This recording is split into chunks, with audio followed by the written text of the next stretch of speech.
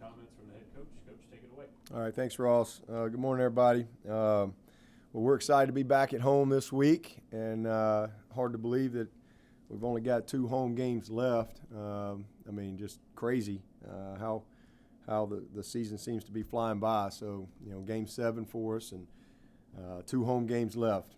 So excited to have another opportunity. This is Paul Journey week for us, and you know, Paul Journey is something that we're incredibly passionate about here at Clemson, and you know, started with really literally the day I became interim coach in trying to create you know, a program for the players that was obviously, as coaches we do a lot of things, but I just felt like that we needed to create something that was different for our players. And you know, talked literally the night that I was interim, I talked Jeff Davis into moving over from development and helping me, you know, create a player, what I was calling a player relations program. And so Jeff was a one-man shop for several years, and you know, and then you know, created Paul Journey through you know, the experience of doing it year in and year out. But he was a one-man shop for several years, and then we were able to start building some personnel and really kind of, you know, creating just like we have an offense and a defense and strength coaches and nutrition and training room. You know, we got Paul Journey, and just a very critical piece to our program and one of the key components to our culture and our consistency and success. There's no doubt about that. And you know, the bottom line for us, it's about, you know, creating. We say, you know, down there all the time, it's about creating first-class men, world-class leaders. And you know, Paul Journey is our tool to do that. And Jeff has been amazing, really has, and so instrumental in developing and growing that program. And as we were able to get him more help and hire Savannah Bailey to come in, and Rashard Hall and Travis Blanks and Reggie Pleasant. We just have an awesome team, and that's all they do every day. Every day they just wake up and try to figure out how to, you know, serve our players and former players and the community and so forth. But Paul Journey is all about personal growth for our players. It's about life skills. It's about community engagement. It's about career development, career networking, job placement. You know, so many things go into the Paul Journey program, and it's just amazing what goes on year in and year out. And you know, it's a huge part of our leadership development as well. You know, we have our Paul Journey ambassadors, and those guys are elected by our team, and you know, so just can't say enough about it. And this is kind of a week where, as a program, we try to feature Paul Journey and all the things that go on within the program outside of, you know, football. So hopefully everybody will enjoy some of the social media things and different content that we'll put out this week. But you know, BC is going to be a tough team. This is a really well coached team. Jeff's done an awesome job coming in, and he's put a good staff together. He's immediately created belief in his guys. These guys are playing hard. They're playing confident. They could easily be 5-1 right now. They're a 4-2 football team. And then, you know, you take over a program, kind of what's there is there. But he's gotten a couple of transfer guys in there. But they're doing a great job of you know, figuring out what their strengths are and playing to those strengths. And they've gotten better and better and more confident as the season has gone. And this will be a tough challenge for the Tigers this week, no doubt about it. You know, starting with their offense. All those linemen are back, big, physical, strong BC linemen. That's what you think about. So this is a really good group up front. They're well coached. They're all on the same page. These guys have played a lot of ball together, and they're confident.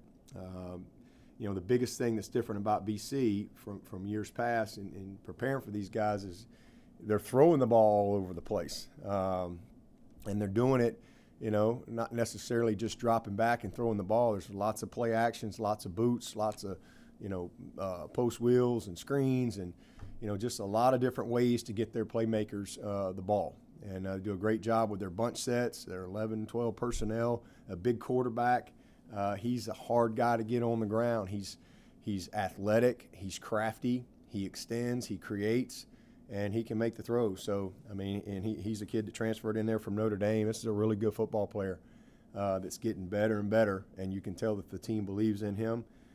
So it's going to be a challenge for us defensively in sorting things out, especially post-snap, and being disciplined with our eyes and handling all the layered routes and cross-country routes, and again the boots and swaps and all that comes off of that stuff. They're 5 out and then they're max protection, and so there's just a lot of they're doing a really good job schematically of creating some challenges. But they're throwing the ball well, and then this past week they got the running game rolling. Got excellent personnel up front, got a really good 3 backs. All 3 of those backs can run. The Flowers kid he's a really good player, and the tight end is a guy that's leading them in receiving.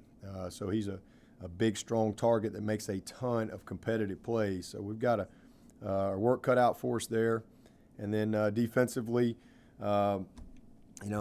these guys are same thing, very well coached, very well positioned. You can see Jeff's influence immediately from what we saw at Ohio State. I mean, he's a detailed coach.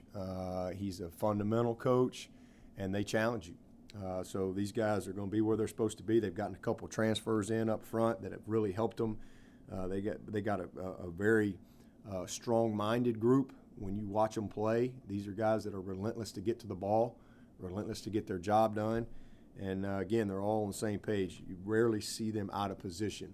So very impressed, with this football team, and I know that we're going to have a big challenge this week. But looking forward to it. For us, we got it's that time of year where you get some guys banged up, and, you have to dig in a little bit, and you got some guys that have to step up. You saw that last week. Thought Jake Venables did a great job for us, and stepping in there and filling a role. And our kind of policy this year, as we said earlier in the year, is with all the kind of craziness going on, is who's available, who's not available, and all that, and kind of sticking to that.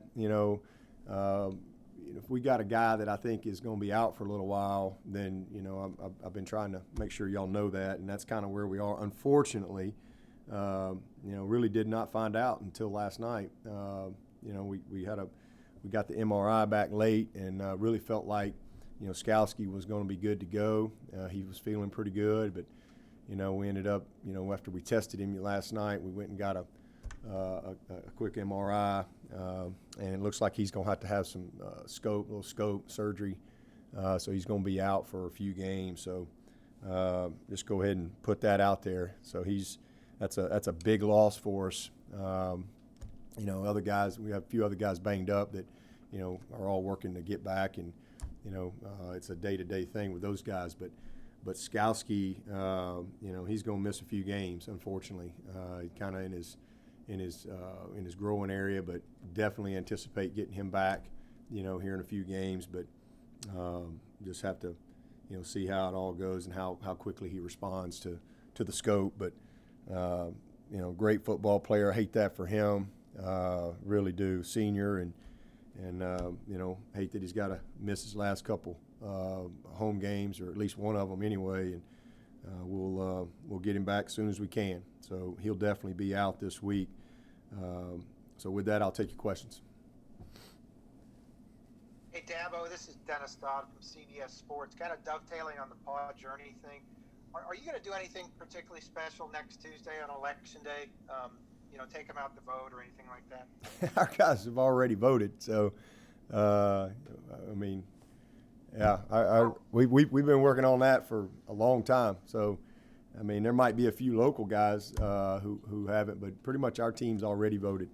So it'll be a day off. Us coaches we'll be working on game planning and doing what we do, but it'll be a day off for the team. So we'll practice on Sunday and Monday, and then so that's one positive. I'm really thankful that we have a noon game this week because we got to turn it around Saturday night, to get back to work on Sunday and Monday, knowing that we won't have the guys on Tuesday. Okay, sorry about that. Thanks. Yep. Elbo, Larry Williams here. What's your level of confidence that Tyler Davis will be able to come back sometime soon? Oh, I'm very confident that he'll be back soon. Hopefully sooner than later. But he's progressing really well. Pretty confident in that. Hey, Coach, it's Trevor Gross from CUTigers.com here. You mentioned the good season that Jurkovec, the transfer quarterback from Notre Dame, is having. He had his best game running the ball on Saturday. Is he the type of quarterback you really got to have a guy spying him, especially when you're in man coverage on defense? Yeah, he's their second leading rusher. He's a crafty guy. He's not the kid from Miami and not the kid from Virginia. As far as just straight out just speed. But man, he's so hard to get on the ground. He's a big, strong body. He's crafty. He can create. He can extend. And these guys probably do as good a job as anybody with their scramble rules at receiver, and they make a bunch of competitive plays. So, us having first of all, we got to do a great job in containing him. Whoever our contained guys are, we can't let him escape, because when he does, man, he finds guys and he can extend those plays. So there's a lot of times guys have him sacked, but he's so strong he doesn't go down and get rid of the ball. So he's a real challenge. He's a different type of challenge than we've had. But again, he's a big old thick kid. So they're using him in the run game, and again, he's their second leading rusher at this point. Coach, this is Rich Thompson from the Boston Herald. How are you this morning? Yeah, I'm great. Thank you. BC's only been in the league since 2005, but you play annually for the O'Rourke McFadden Trophy. I was just wondering, do you appreciate these kind of football traditions and the historical attachment of the Clemson-BC game? I do. I really do. And to be quite honest with you, I didn't know a lot about BC. Growing up in Alabama and spending most of my life there, I didn't know a lot about BC, and then until, obviously knew Doug Flutie and all that, but until they came into the league, and so it's a pretty unique tradition, and then for me, BC is always going to be a special game because that was my first ever win. That was my first ever win, my first ever trophy, I guess, if you will. I think, I think Spiller was the leather helmet winner. But yeah, so, it's one that's got even more special meaning to me, for sure. But there's great traditions, great respect from both fan bases, and, always fun to compete against those guys. Thank you, Coach. Yep. Coach Joe Gorgio, WIS. Curious, what has impressed you most about your defense this season, considering you guys have had key players missing practically every single game? Yeah, well, just our preparation and guys stepping up and being ready, and I think that's a reflection of that's one of those silver linings. Our defense is not easy. There's a lot of moving parts, and sometimes it may take a little longer for some guys to grab a hold of. But all of those Zoom meetings from March through July, when normally we would not be able to meet and talk ball with our players, I think it's a reflection of that. So that's one of those silver linings from one of the positives that's come about is, I think, mentally coming into camp we were further along than we normally would be, and so it's allowed us to have a little more functional depth early in the process to our season. So we're really proud of our guys. But, hey, Jake's a good football player. He got a lot. This is his third year. He's a redshirt sophomore. He got a lot of experience last year. So we feel good about him. other guys that have had to, we've developed some depth up front.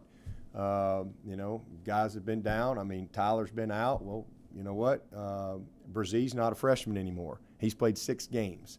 Niles Pinckney's played a lot of football for us. Jordan Williams played a lot of football for us. And then we've had to, again, use the best personnel that we have from week to week based on, injuries or whatever. So we've got some flexibility within our scheme that allows us to do what we need to do to give us the best chance to win. And that's what we try to do every week on both sides of the ball.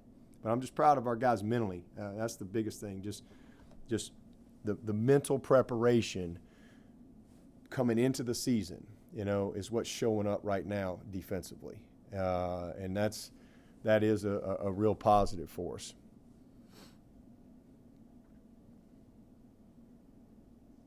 Dabo, this is Matt with the State. Skalski going down, just how nice is it to have a guy like Jake who knows the defense, and as far as being the defensive leader you guys need and that kind of stuff to get everybody lined up and ready to go? Well, it's huge, and he did a great job last week. He really played well for us. He and Speck, man, they did an awesome job. And this is a game, especially to have a guy, because they're a challenge formationally, schematically, and what they do. A lot of motions and shifts and things that you have to be able to process. Definitely thankful that we've got a veteran guy like Jake who really understands and gets it. And listen, this creates more opportunity for, McGuire and Kane and Levante Bentley. Those guys that have been working and grinding, and, they're prepared to be able to play more as well. So, you just hate it for Jamie. Jamie, he's a great player. It's hard to replace what he brings as a 5th-year senior. And he's as good as it gets in college football, in my opinion. So that's tough to lose a guy like that. I mean, he's truly the heart and soul of our defense. But we've got other guys that'll step in and do a great job for us while he's out. But we'll get him back. Just don't know how many games he's going to miss before he can get back out there and do it. So we'll see. Hey, Coach, it's David Hood. You mentioned something about Mike Jones last night. There might be a chance he would not play. Do you have any clarification on his status for Saturday? Yeah, he's day to day. I mean, he's one of those guys that this time of year you always have some guys that Sunday, Monday they're moving a little slow, and then they kind of pick it up and ready to go by the weekend. And so he's a day to day guy. He's in that category. So. He could play, he may not play. I don't know. We'll just have to really see. It's Tuesday, see where he is this afternoon, and as we go throughout the week. But same thing. Hopefully he'll be back this week, but if not, sooner than later. Hey, Coach, it's Trevor again. You mentioned their tight end, Hunter Long. He's top 10 nationally in receptions, first among tight ends, and 3 touchdowns this season. Just how does he compare to some of the great tight ends you've played against, and how much of a matchup problem is he? He's just a big body. I mean, he's a great competitive finisher. He catches a lot of balls where people just hanging on him. He does a great job of positioning, getting himself between the ball and the defender, and then he plays with his length. Some guys are big, but they don't play big. This guy plays big. He understands the game. He fits well in their scheme, and he's like I said, just a big security blanket for them. They're going to find that guy, big target, and he's a great finisher. He's 6'5", and he plays bigger than 6'5", because he really uses his length and his body positioning well. So he's a good matchup challenge for us.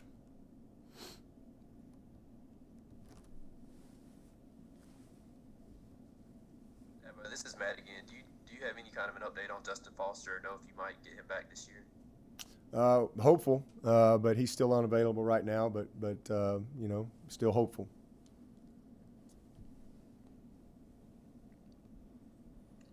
Hey Dabo, it's Josh from the Posting Courier. We know Brent is very intense.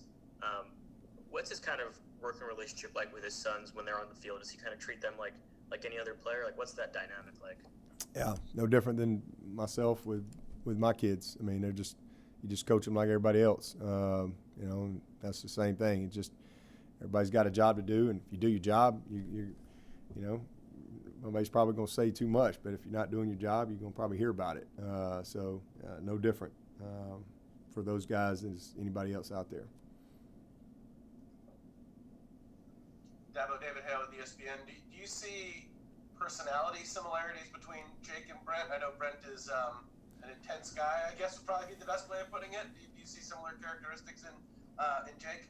Definitely some similar characteristics, but T-Bone's probably wired a little more like Brent, and Jake's maybe you know, Jake's a little more reserved, and then but he's a grinder like his dad, but he's reserved, and then he's relentless on the field. But T-Bone is probably a little more like Brent in that.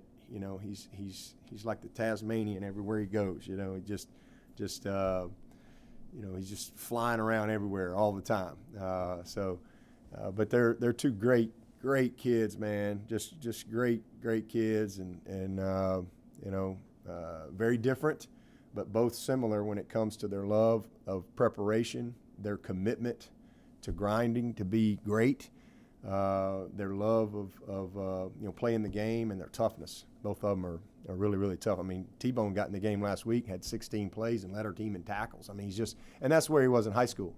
I told Brent when I think T-Bone might have been in the 10th grade, it was 10th or 11th grade, but we were sitting together at the high school game, kids playing together, and I told him, I said, he's in every tackle. I mean, T-Bone was in on if he wasn't in on the tackle, it's because the whistle blew just before he got there. I mean, he just has that type of motor, and so he's gonna be a heck of a player for us. But Jake is just steady, man. He just knows what he's doing. He's consistent. It's been awesome for him to have a guy like Skalski in front of him these past couple of years to really mentor and bring him along, and super proud of his development.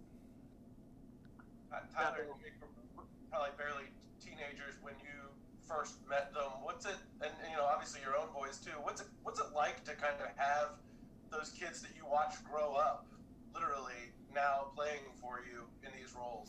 We got a bunch of those guys on the team. I mean, when the Venables came here, I was coaching baseball, and I think Jake was maybe 7th grade or something like that, and so he was on my baseball team, and coached him a little while, and then coached him in some rec basketball as well, but we got a bunch of these guys on this team that have grown up in the surrounding community here that I've seen for a long time.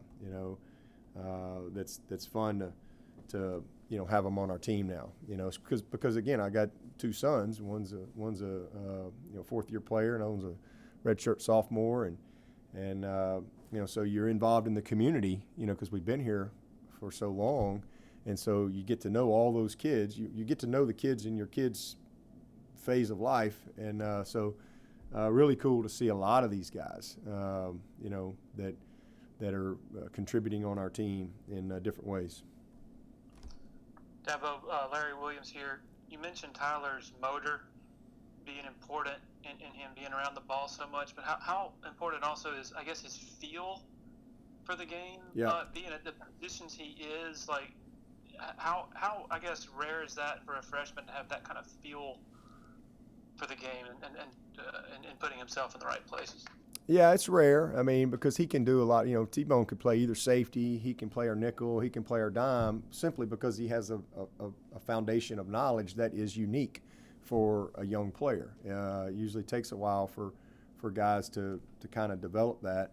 But he played quarterback. He was as good a quarterback as there was in this state. This guy's a baller, man. I mean, he can throw it. He can run. He is a really good quarterback. And so, now you go over and you're playing safety, and that's kind of like being a quarterback on the other side of the defense, and I mean of the team here. And I think that helps him, certainly. I mean, obviously he's grown up around it, and he's been coached for a long time. But he was a good defensive player in high school, and we knew early on, like, hey, this kid, I offered him in the 10th grade. I'm like, look, this guy here, there ain't no doubt on that guy. He's going to be a great safety. And then they wouldn't hardly let him play his senior year because, he was their quarterback. So he only went in there if they had to really, really get a stop on somebody. I think has served him well, learning the game from an offensive perspective as well as a defensive perspective. And then obviously just growing up in a coach's family. How did he get the nickname T-Bone? I have no idea. Honestly, I've known him as T-Bone since I met him. That's how Brent introduced him to me. He was introducing me, all of his kids, Laney, Addie, Jake, when they first getting in here, and I was excited to meet him. And he's like, and this is T-Bone, so. I don't know. I have no idea. But you think about this happy dog with a big old T-bone in there, just eager to go, and that's kind of represents him well, man. He's a good one. Ball of fire. Coach, it's Trevor again. Nolan Turner is top 10 nationally in interceptions right now. He had a TFL and a PBU on Saturday. We've heard you tell the stories of his recruitment many times, but do you think he deserves more attention nationally for the season he's having? No, I don't think there's any question, but he's as good a player as we've had at Clemson. So, he's as good a safety as we've had come through here 18 years that I've been at Clemson.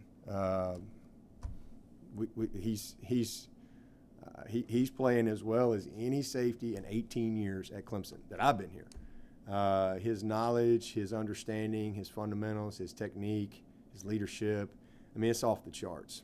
It's incredible, how he's performing for us. And, he's been making plays since, you remember, 2 years ago in the Cotton Bowl, he's a sophomore out there getting a big interception, and he was starting to become kind of our nickel dime guy and extra safety. And then last year, he took it to another level, and then this year, really truly a first year starter, even though we've kind of considered him a starter last year as well.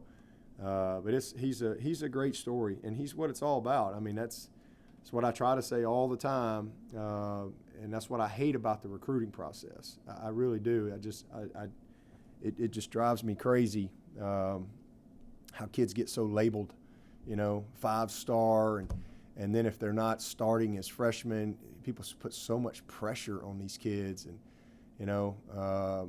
so with the transfer stuff, guys are just going to run and leave, instead of having self-awareness of where you need to improve and get better, and hang in there, because it's just different. I don't care. You guys get rated as 5 stars most of the time just because of just talent, but they don't necessarily have a football foundation. And this is a developmental game. This is not a game you just plug a guy in and he plays. Travis Etienne as a freshman, it was pretty obvious we knew he was the best guy on the team with the ball in his hands. But if you wanted to keep your quarterback for the season, you had to be very smart when you put him in the game. And he was limited, and so, he had to develop as good a player as he is. But it's a developmental game, and I just think sometimes we put so much pressure on these kids, and then if they're not starting as a freshman and something's wrong, they're this and that. No. It has nothing to do with it, and then the flip side, you get guys like Nolan, and it's like, well, the only reason he's here is because the coach knows his dad, and isn't that a sweet story, and he ain't no good, and that type of narrative, and now he's whatever you said he was in the country in interceptions, so nobody pays attention to him, and he just kind of goes over there and puts the work in and develops, and then you look up and he's as good as we've had in 18 years. 18 years at Clemson, we've never had a safety that's played better. This guy is playing as well as anybody we've ever had. So, I think that's the story. And lesson is, man, don't panic as a young player. Don't panic. Put the work in. get better, have some self-awareness, be coachable, all right? And the same thing as fans and things like that. Don't be so judgmental. If a guy doesn't start as a freshman, what's wrong? You know, this is not an easy game. This is a hard game.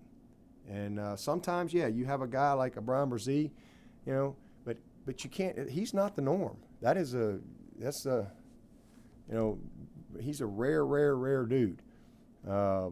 Most guys, it takes a little bit of time, you know, to get them ready. And you know, Nolan is a perfect example of that. And what a great story he is, man. Super proud of him. He's become a great leader.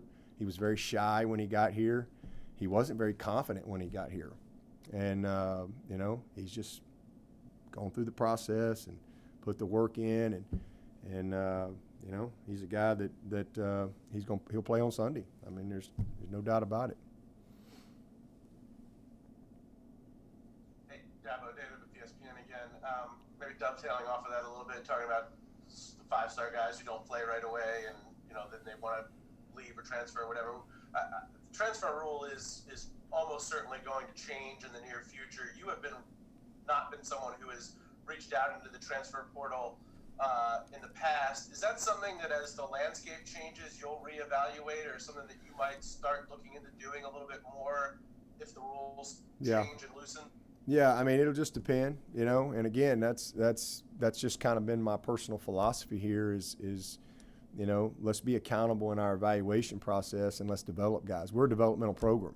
I mean, we get some guys that plug in and play early, but we're pretty much a developmental program. We're not a quick fix program. Never have been. You know, it's just not been our philosophy. And there's nothing wrong with that. That's not. If I was somewhere else, that might have to be my philosophy. But that's just not how I've chosen to do it here. And but who knows? I mean, we'll have to cross that bridge when we come to it. I have no idea. You know, now there's zero consequences to leave. So if a guy, you know, it's going to be a lot easier. And, you know, if a guy just leaves, then who knows? You might have a bunch of guys gone, and maybe you have to get into the transfer world, you know, just simply because of, you know, attrition.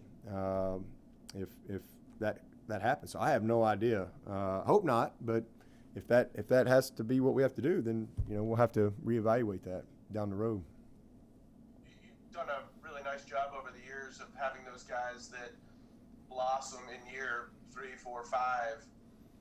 Is that sort of philosophy about it being a developmental program? Does that sort of overlap with the fact that you've had so many guys who maybe were not plug-and-play guys early that really developed and came on later in their career?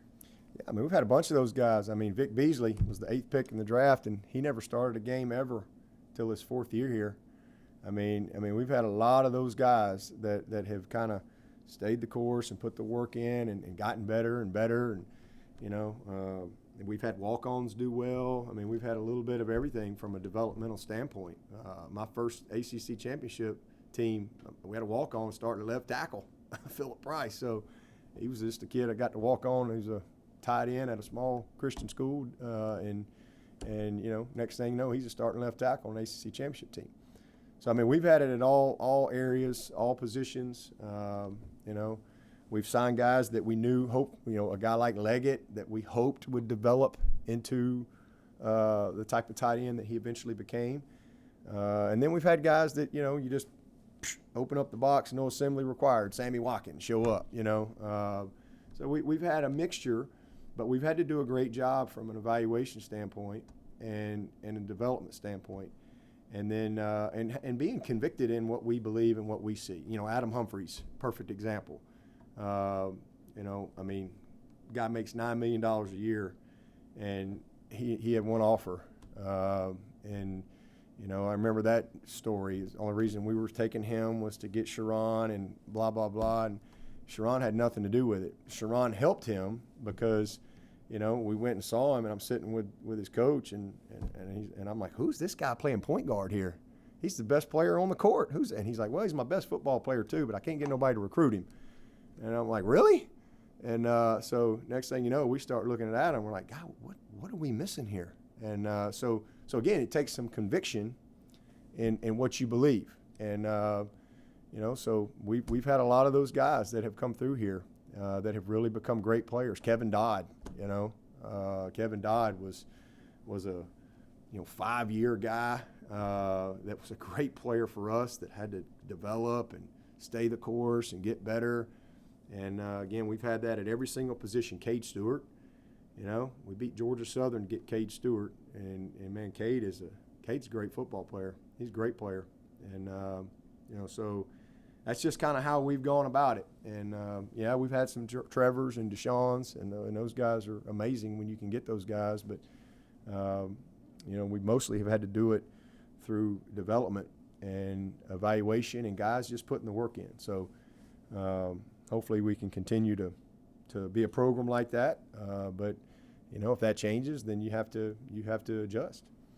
We'll take two more. Dabo, this is Gene in Charleston. You guys have a bye week that November 14th, Saturday. Augusta National just announced that for the Masters, they'll have College GameDay there on that Saturday morning. Wow. Do you think that's pretty cool? That's super cool. Really, really cool. At the Masters? So that's it's that weekend we're off. That's the Masters. Wow. Good. I have something else to watch on TV. That'll be pretty cool. No, it's neat. That's pretty neat. Did not know that. Dabo, this is Pete at AP. I bet you saw the Indiana-Penn State situation. You saw Todd Gurley probably try and not score, or when he did score. Is that something you guys ever game plan for? Do you ever practice a situation like that where you want your running backs or receivers not to score or stop short of the goal line? Does that ever come up in workouts and practices? We have a couple of situations that we talk about, every year, and that doesn't come up very often. It's something we talk about, as a staff and things like that. And we have some plays where guys understand that, hey, you got to get down because we've got maybe one timeout left or whatever, or, different situation in the game, and maybe you're trying to just get a field goal or whatever, and you don't want to let the clock. In fact, we had that happen one year, and we didn't get I was so mad because we didn't execute the play properly. We had no timeouts and wanted to get down and get a field goal, but we had a guy just kept running around, and they let him run around, and then we ended up not getting any points because he thought he was going to go score. But so sometimes we don't execute properly, but those are unique situations. We actually had that my first year in 2009 ACC championship game against Georgia Tech. Neither team punted. And we were going back, and we were that last drive. They converted like 3 4th downs, and the clock was going down. And I'm like, man, we're not gonna have any time. And we literally were exactly talking about right there. But thankfully, they scored, and at least we had a little bit of time. But that was something that, you talk about those things, and that's. You got to be really locked in the game in those moments because those are critical decisions at critical times, both as players and coaches.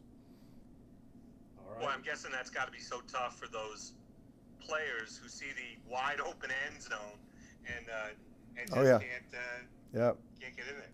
Yep, those are teachable moments for everybody.